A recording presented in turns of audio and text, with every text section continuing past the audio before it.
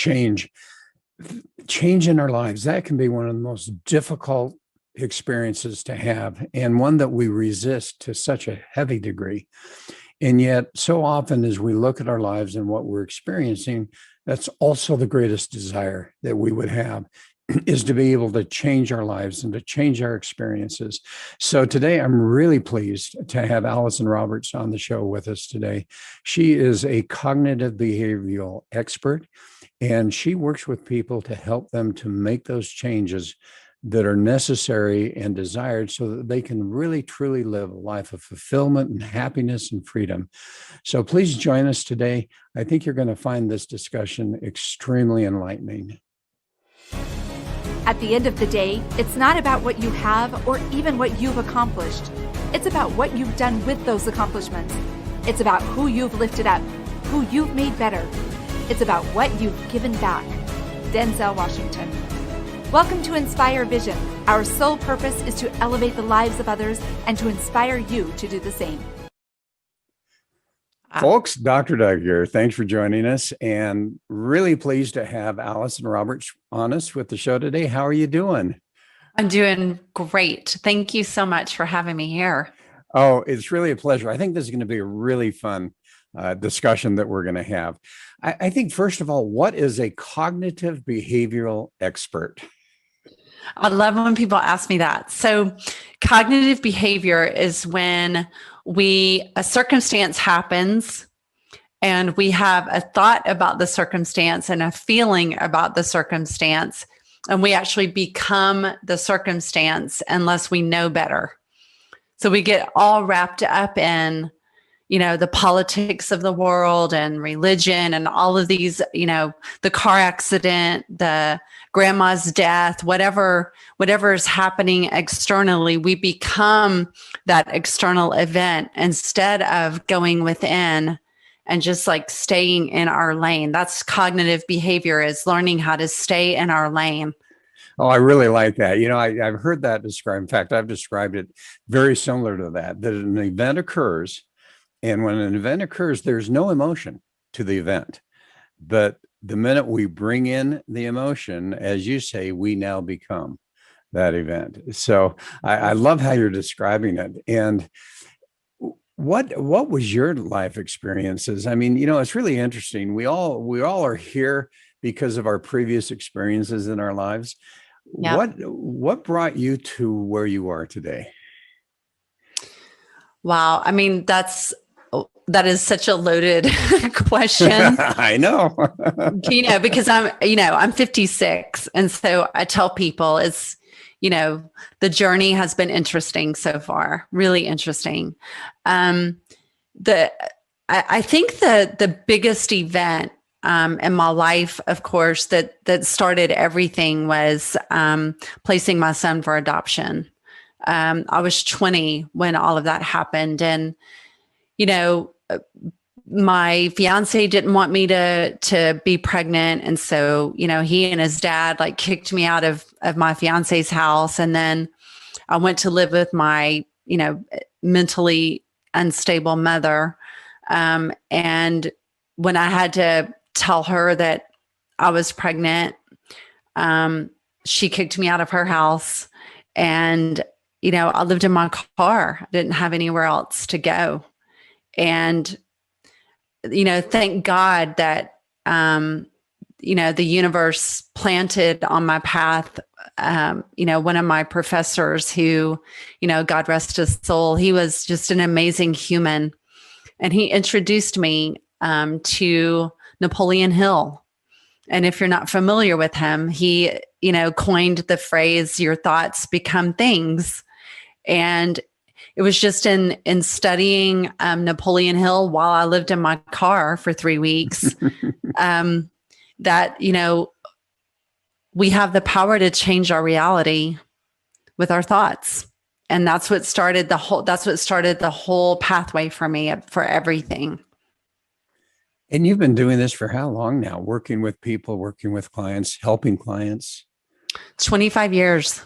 25 years. And you've had a few accolades. I know the one that I noticed was you were one of the top 100 coaches in the world.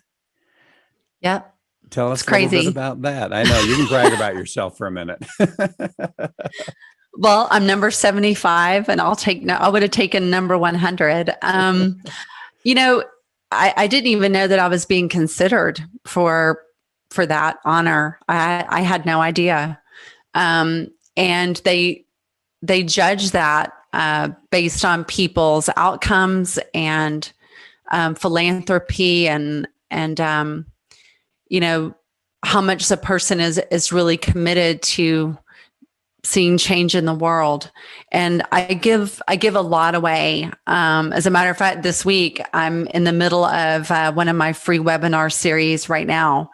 And I do that because I really believe that seeds have to be planted in people for them to see where they are and that it's possible for them to get where they want to go. And I was recognized for that. And it's such an incredible honor.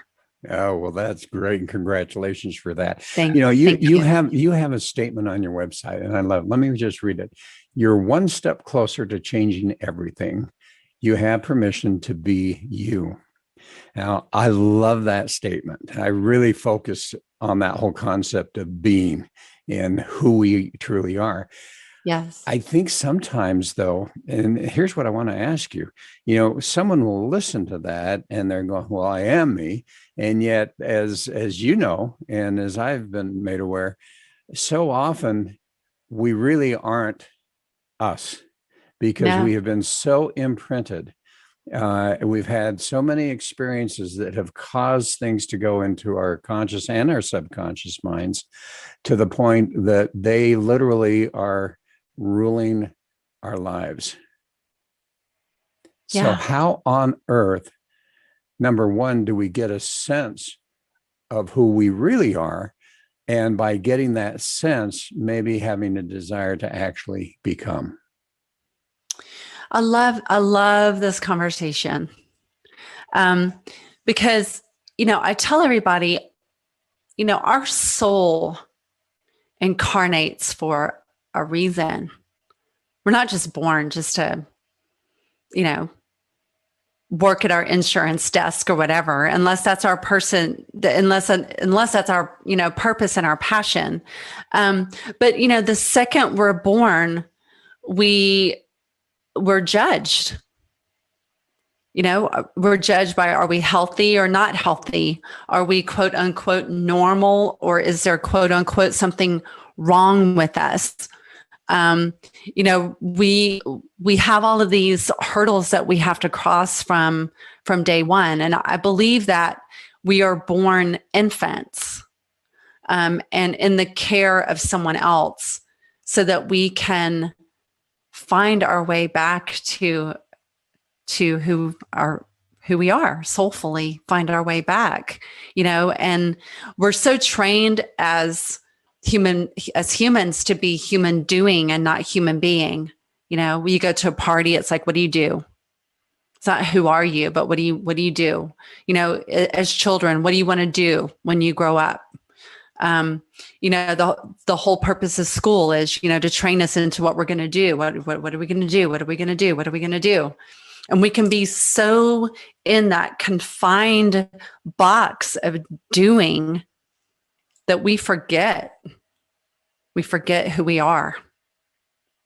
And it's such a beautiful process to watch people, first of all, go, wow, that makes so much incredible sense what you just said, and then that opens up this portal inside of us. And then we can start to really see, like, wow, I am missing a lot here. I'm missing a lot here by focusing so much on what I do instead of who I am. Well, and I love that concept. There's a statement in the Bible that is, I am that I am. Yes. And there are many great religious leaders of all different religions. So not just to pick out one, but in this case, I'm more familiar with that.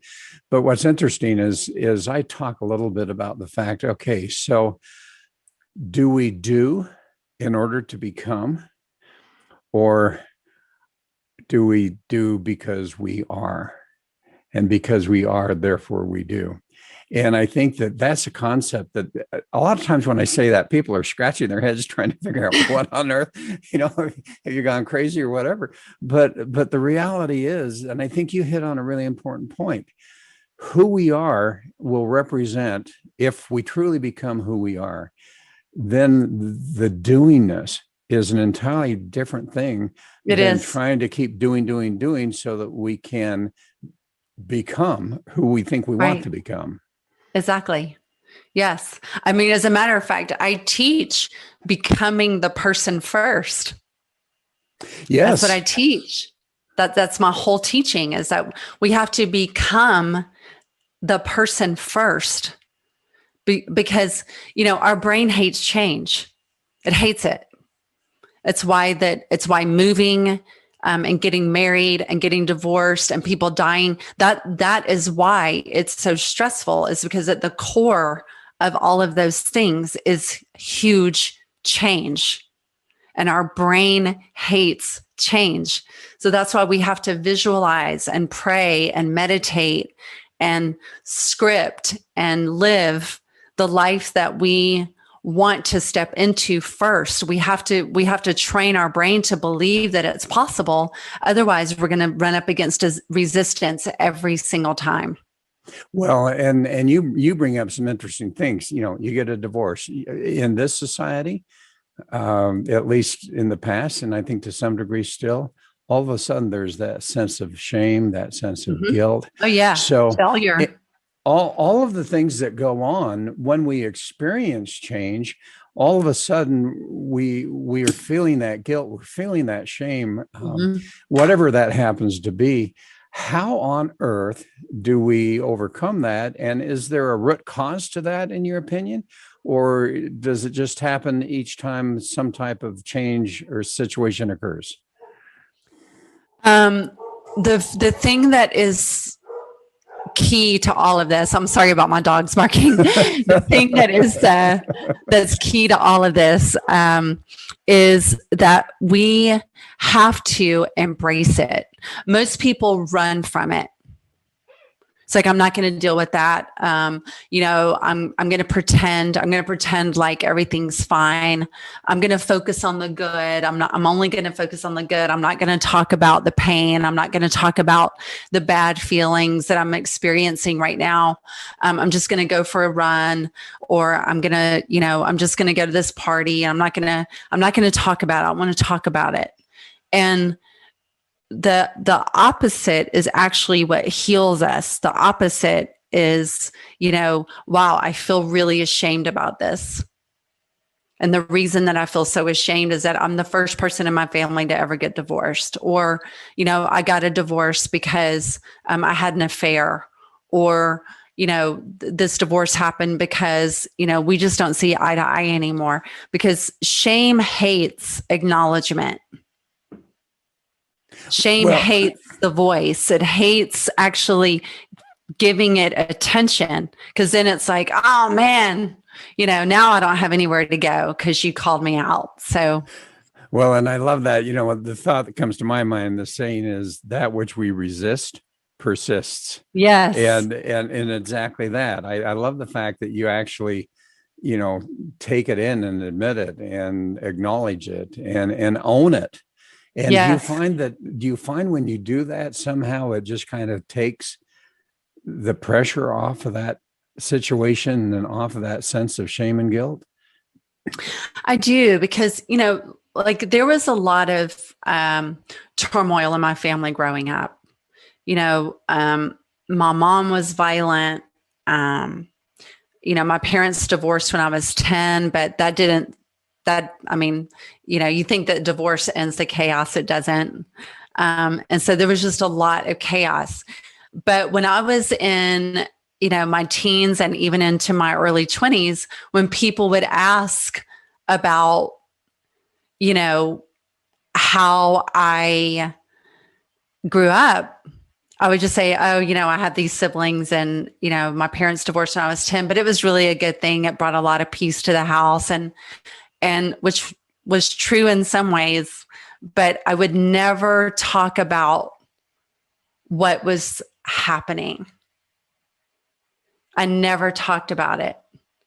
And so I walked around with this feeling of, gosh, if people only knew, if they only knew about my child abuse, if they only knew that my parents were miserable, if they only knew this stuff, then I'm going to be horribly rejected. I'm not going to have any friends. People are going to have all these horrible, bad feelings about me. And so for a long time, I just wouldn't talk about it. And I'll never forget, like, I was at a party one time and this woman was like, man, when I told her about, my fake childhood story, she was like, man, I wish I was you, because there was so much violence in my house and my dad was this way and my mom was that way. And, we had all this stuff happening. And then I was like, you know what? Me too.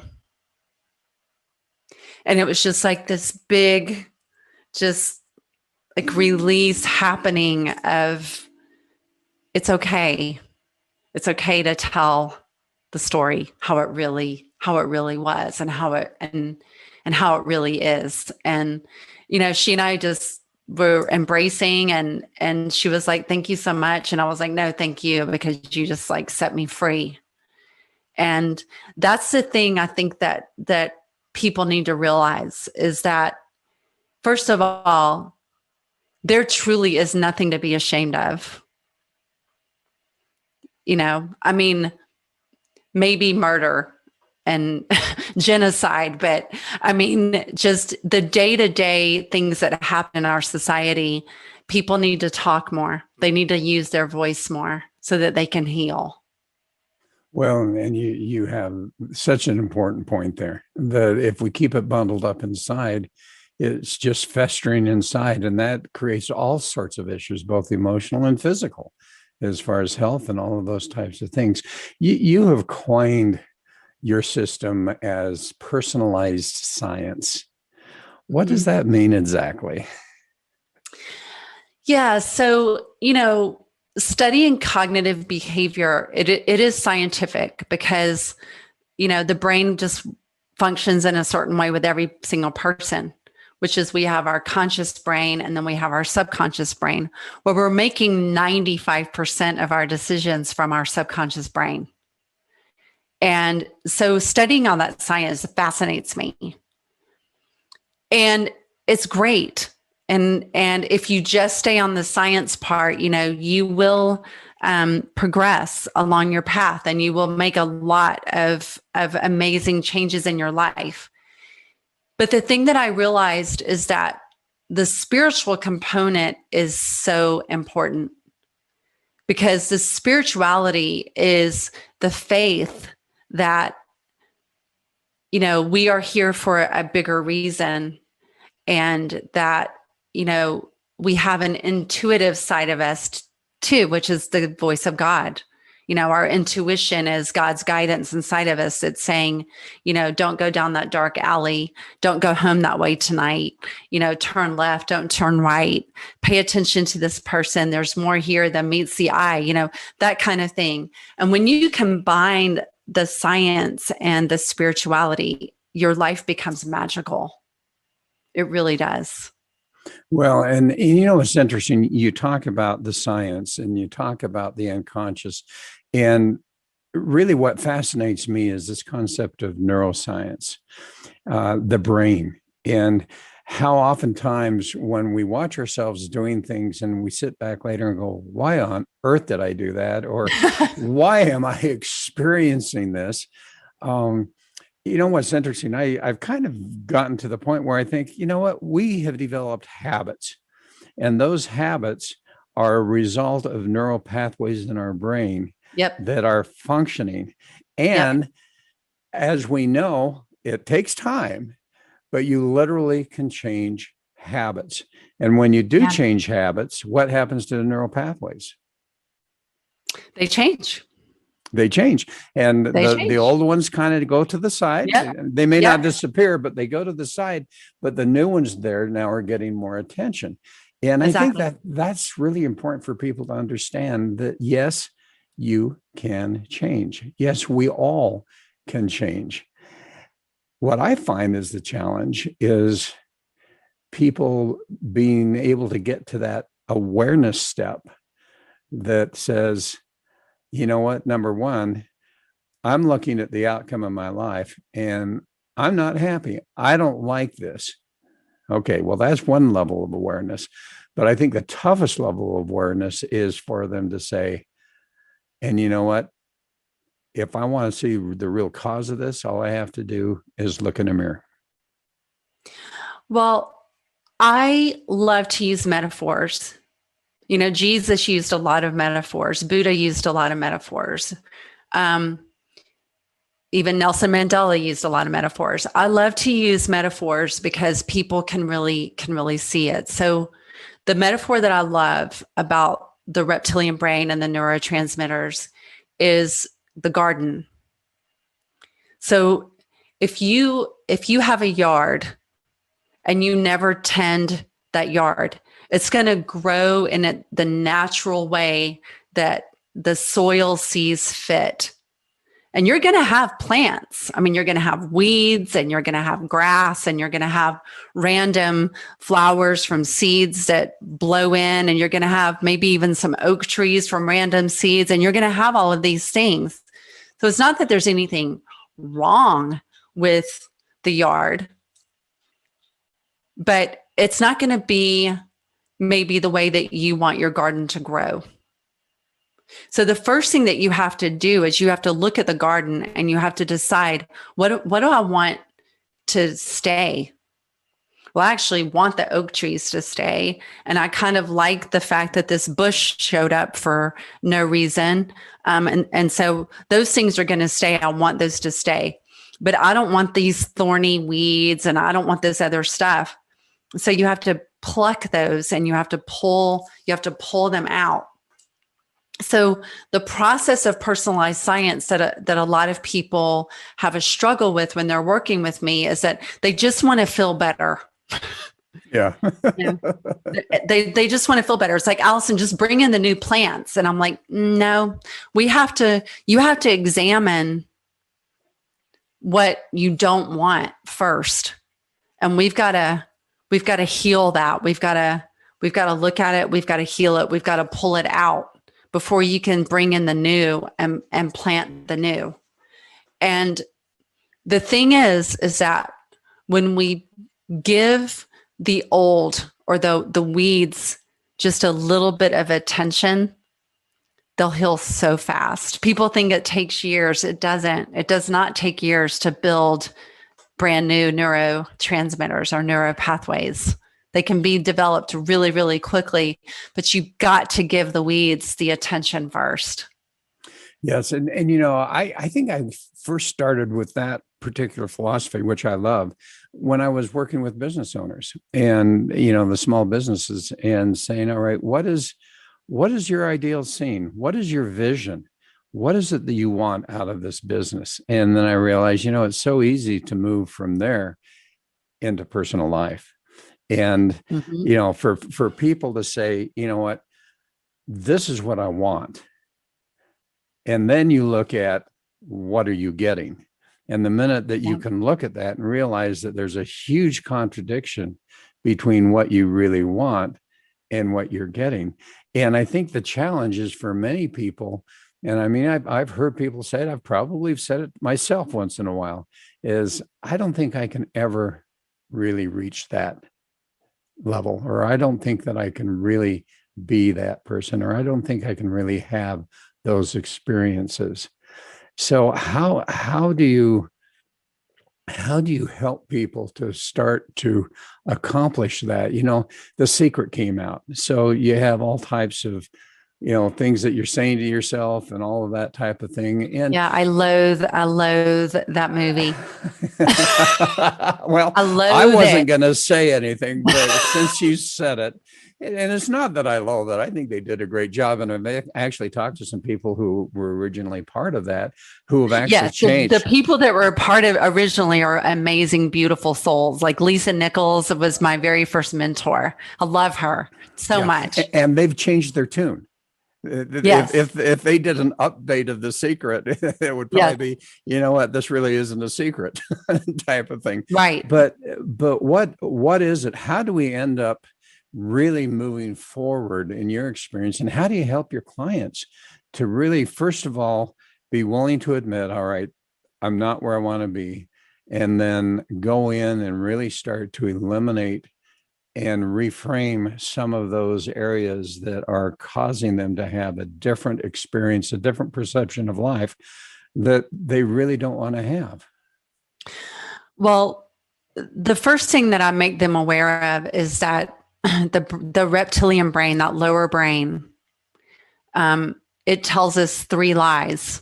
I don't know, I can't, it's too hard. And so when someone comes to me and they're like, Allison, I can't have that. Like, okay, that's your lower brain talking. It's trying to keep you alive. It's trying to keep you safe. It doesn't want you to change. It's too hard. It's your lower brain talking. It doesn't want you to change. It doesn't know how to keep you alive if you're the millionaire or if you have your own business. I don't know how to do it. Yes, you do. That's your lower brain. Your lower brain. So it's just making them aware of where they're living, or they're living in their subconscious, which is going to just squeeze them tight and, keep them exactly where they are. Or, are they willing? Because willingness will take us so far. So are you willing to just step into your conscious brain? Are you willing to think a new thought? Are you willing to just open the door? You don't have to do anything. That's what I tell them at the very beginning. It's like, I don't want you to do anything. I don't want you to get into any action. The only thing I want you to do is just be willing. And that willingness alone is like a raft that they step into. And that raft will start to carry them down this conscious river. And once you're willing and once you're in that raft, it's like, wow. Then everything starts to open up. It's like, are you willing to admit that you don't love yourself fully? Are you willing to admit that, you're operating in a lot of shame and guilt right now? And once you're just willing, it's like that reptilian brain, those neurotransmitters they just ease up a little bit. And it gives person room to start exploring and saying, what if? What if I was willing? What does that look like? How would I feel? And that's where we get started. And it's so exciting. Well, and you know what? It takes courage. It does. It takes courage. And I think, you haven't really talked much about fear, but I think that oftentimes fear can rule our lives. Oh, fear does rule our lives. And the media uses fear to rule us. And, pastors and preachers and priests and rabbis, they use fear to keep people, behaving properly. And the medical field uses fear to keep us, from not dying when we're going to ultimately die anyway. I mean, the fear is a driving for parents use fear. If you do this, you're going to be grounded. If you do that, you're going to, fear is a thing. It's a real thing. And, wouldn't it be interesting for us as a society, as people, to start to minimize, because I think so often we don't realize, for instance, as parents, we don't realize how much we have embedded fear within our children. Yep. And many times we do that because it's been embedded in us by our parents, and as you say, by teachers, by friends, by society in general. Works. And it works. It works. It makes you change. But as you say, that's not the real you. That's really the imprinted you, the social you, who you're really not. So how do we help people to develop that courage and say, you know what, I know I'm fearful, but I'm going to do it anyway. I'm going to be that courageous individual. Well, I think the first thing that's so important is that, it doesn't take a lot of courage. If you compare it to, the Bible, if you compare it to what Jesus said, courage is the size of a mustard seed. You don't have to be this big, brave warrior that, comes out with the swords and and the cannons and all this stuff. If it's just one step in the direction of bravery, it's just one step. You don't have to climb a mountain. You don't have to do those things. And I think that people get really discouraged when they see people like you or me. And they're like, well, I can never be Dr. Doug. I mean, look at him, like his life is like all together, and, he has degrees and he has, a podcast, and I can't, look at Allison, like she has this and she has that. And I can't. Yes, you can. You can. And, just like you, I'm sure that you would agree that, we took one step. And then 5 years ago for me. Yeah. And we took another step and then another step. And it's just one step in a new direction. And I think you've hit on the key.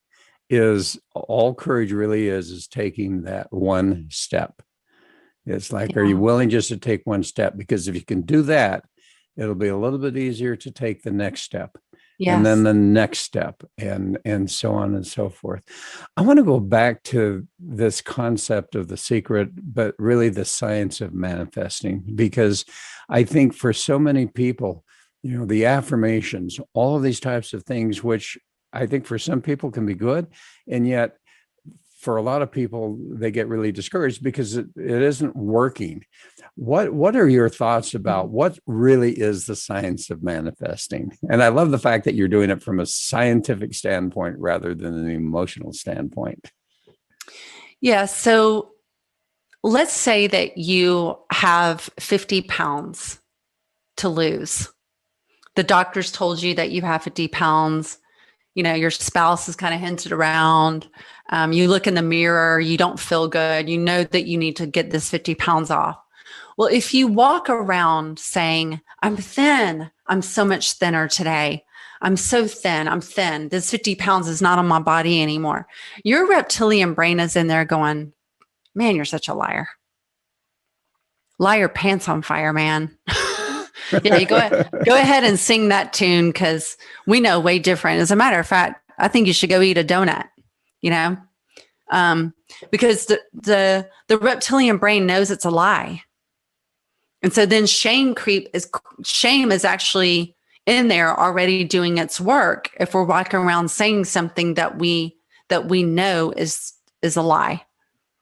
So the way that to make an affirmation work is to say something about losing that 50 pounds that you believe. So maybe it's just, I'm in the process of losing this weight. It's going to feel so amazing to lose this weight. It's really going to feel fantastic. And I'm becoming the person who is 50 pounds lighter. Those things your reptilian brain can latch onto because they're not lies if you believe them. And they won't work if you don't believe them. I mean, if you're looking in the mirror and you're thinking, man, my rear end really does look, big in these jeans. If you're thinking that, but you're saying out loud, yeah, I'm beautiful. I'm this, I'm that. It doesn't work. So the science part of it is that you have to believe it. You cannot talk yourself into it. It has to be something that you believe. It has to be a statement that you can believe. I love the idea that I'm going to be able to lose 50 pounds. Yes. That's true. Yes. Okay. So there's the affirmations, but what comes after affirmations? What comes after affirmations is I teach thought model. We learn it in, psychology 101, but a thought model truly is, so the circumstance is losing 50 pounds of weight. And then, my thought is, I can do this. I know I can do this. Or I'm in the process of doing it. And how does that make you feel? Makes me feel really good, because our thoughts and our feelings become our beliefs. That is what our belief is. All right. So I feel that way, and then I go have my donut. Yeah. Well, here's the thing. If you're having a donut and you know that you should be having a salad instead, then you know that it's your thought processes that are messed up. It's not the weight that is the problem. It's the thought and the feeling that's the issue. And I tell people, get out a napkin and a pen and write donut at the top of the napkin, and ask yourself, why did I just eat this donut? Because it makes me feel really good. And man, it brings me comfort, and it brings me joy, and it brings me this and that. And then I tell people, well, what besides a donut that's healthy can make you feel the same way? Hugging my dog, praising God, petting my... What? I'm sorry. Keep going. I'm sorry. No, it's okay. It's just because the circumstance is not the thing. So when we look at someone, and I happen to be very analytical, and so I am too. like, okay, you want to accomplish this? Let's sit down and let's write out a plan. I'm going to exercise, at least starting out. I'm going to exercise a half an hour every day, and then I'm going to work out. Work it up to 45 minutes, and then an hour. And, I was talking to my nutritional physician the other day and going, you know what, I want to lose a little bit of weight here. And he goes, well, he says, we got you eating right. We got you all doing that. So the next thing you got to do is start walking 2 hours a day. And I'm going, are you kidding me? And I'm telling my son that, and he says, Dad, just start out with an hour, and then go an hour and 10, and then an hour and 20, and ultimately do that. But here's my question for you. How do you help someone to get to the point from just the thought process, the manifestation of what they want to accomplish, into actually identifying steps that they can take that are actually going to help them to accomplish that which they desire to manifest? So, but before you ever buy a pair of tennis shoes or plan out your route of an hour, the very first thing, if you were my client, the very first thing I would ask you is, Doug, do you like to walk? Does it bring you any joy to walk? Does it? And yeah, in my case, yeah, because I live in an area where I can get out and walk, and I look at the beautiful lake, and I look at the mountains and the clouds, and absolutely. So then I would say to focus on how walking makes you feel, not the outcome of losing the weight, but how are you going to feel when you're out walking? Well, you just said it. I'm going to feel amazing. The lake is beautiful. The sky is fantastic. The scenery is wonderful. So I would say to you, great. Then focus on that. Focus on that. Do you want to go outside? Do you like to be outside? Do you like to walk? Yes, great. Focus on walking. Don't focus on the fact that that you have to walk, or that you have to do this or that. Just focus on the fact that you want to. Okay, interesting philosophy. So, if you're analytical and I'm analytical, and I'm wanting to sit down and write all these steps down in order to accomplish that goal, say, of losing weight, you're saying something a little bit different, I think. Yes. So let's forget the walking. Let's look at some other example, and maybe you can come up with one of, here's a person that really is very analytical, and therefore, I'm going to write these steps in order to accomplish this. And what you're saying is focusing on that doesn't work. I'm fascinated. All right. So how do you do that? Throwing action at a plan is what everyone does. That's why it never works, or rarely works. You might have some false wins, someone wants to quit smoking. They may throw, Chantix at it, or patches, or whatever. But if they're not working on their thoughts and their feelings about being a non-smoker, then they're going to either white knuckle their way through not smoking, or they're going to trade smoking with something else, like too much coffee or, too much Amazon.com or something. Because if we don't address what is happening inside of us, you smoke for a reason. You smoke for a reason. The reason is something. And I work a lot with people that, that want to quit smoking and want to stop doing something. I'm like, well, we need to look at why you do it first. You can't just throw action at it, because the brain just doesn't work that way. The brain is going to be like, your reptilian brain is going to be like, you are so cute. You're so funny. You really think that Shantix is going to keep me from talking you into smoking? And you have to you have to build a relationship with your reptilian brain. And because our reptilian brain really is just our inner child. Mm-hmm. So we got to make new agreements with that little kid that's in there. So you're suggesting if we really can start to control that reptilian brain, the unconscious, that child within us, that as we do that, we are naturally just going to take the steps necessary to accomplish whatever we're looking to accomplish. Yes. And it's not about control. It's about relationship. We have to build a relationship with our reptilian brain, because a lot of people sometimes will be just like, Allison, I'm just going to tell my reptilian brain to go, jump off a bridge. And I'm like, no, you don't really want to do that, because your reptilian brain is what keeps your, heart beating and your lungs, taking air in. Our reptilian brain is what makes us blink and swallow and, do all the things. So it's building a relationship with the reptilian brain and trying to understand, start to ask yourself questions like, okay, why do I only listen to music if the volume is on 47 instead of 12? Why do I do what I do? Why, in your case, like, why have I put on the extra pounds that I want to get rid of? Why are they there? No. And that does it.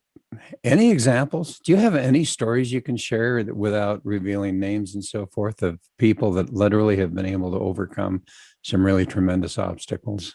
Yes. I mean, gosh, I have dozens, but some of the ones that stand out. So I had a client that she had gastric bypass surgery and she lost 120 pounds. And then 3 years later, she weighed 140 pounds heavier than she did before the surgery. And her doctor was like, I can do the surgery again. Let's just do the surgery again. But she felt inside of her that, this isn't about surgery and it's not about food. This is about me. And she came to that on her own by, watching The Secret and doing some other things. So she was referred to me, and through the process of us, and she was one of these women that, my parents were perfect. Don't talk about my parents. They did everything right. My siblings are perfect. Don't talk about them. They do everything right. My teachers were all perfect. Everything's perfect, perfect, perfect, perfect, perfect. And so in our sessions one day, I was like, well, for everything being so perfect, you really are a mess. So why do you think that is? And it was just this unraveling of her unraveling her story of, feeling like she had to be perfect and realizing, that there's no such thing. And so she would be perfect, quote unquote, during the daytime, but then at night, she took her shoeboxes down and she ate, Twinkies and Reese's peanut butter cups and gummy bears and all the things in secret where no one saw her.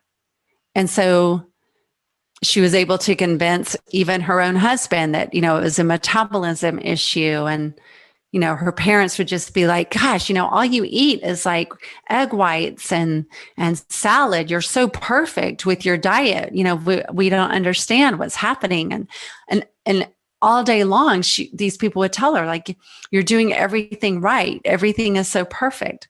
And this whole hold of perfection and having to be perfect with everyone was so ingrained in her. And the moment that she took her husband into their walk-in closet and she's like, I just want you to start taking all the shoe boxes down and opening them.